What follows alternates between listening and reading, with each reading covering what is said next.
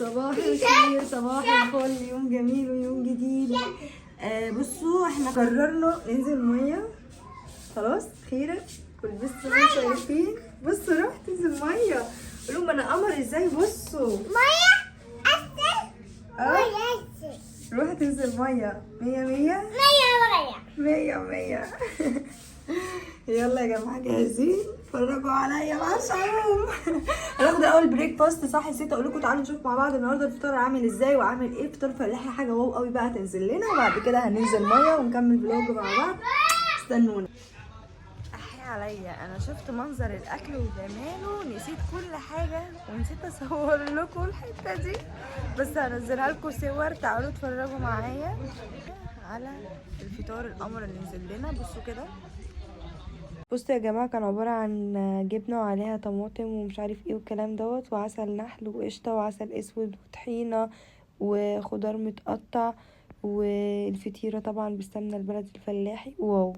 هنا بقى كنا خلاص خدنا الخطوه وقررنا ان احنا هننزل مع بعض انا وروح، وخدت روح معايا، ما كانتش خايفه وكانت شاطره وكانت جميله.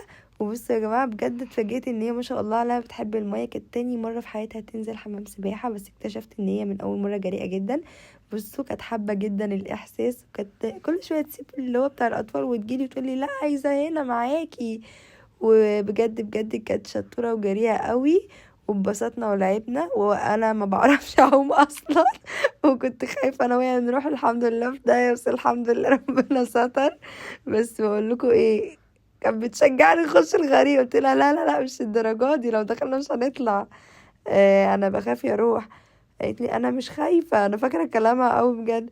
بس هنا بقى قررت ان انا خوفها، لانها بجد كانت هي وخوفاني. بقول لكم عايزاني تدخلني جوه الغريق اللي هو 5 متر ولا مش عارفه ايه، 4 ولا 5 وليكن. انا ان شاء الله لو 3 متر، والله انا اخري اللي انا ابقى اهم حاجه يبقى طالع مني كده زي ما انتم شايفين نصي على الاقل من الميه. انا بخاف جدا جدا.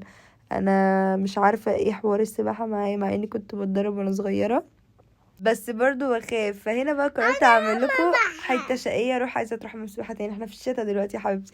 بصوا بقى اللقطه دي بقى، قررت اوريكم ان انا جريئه، ونزلت نفسي وموبايلي، واخدين بالكم، نزلت نفسي وموبايلي تحت الميه.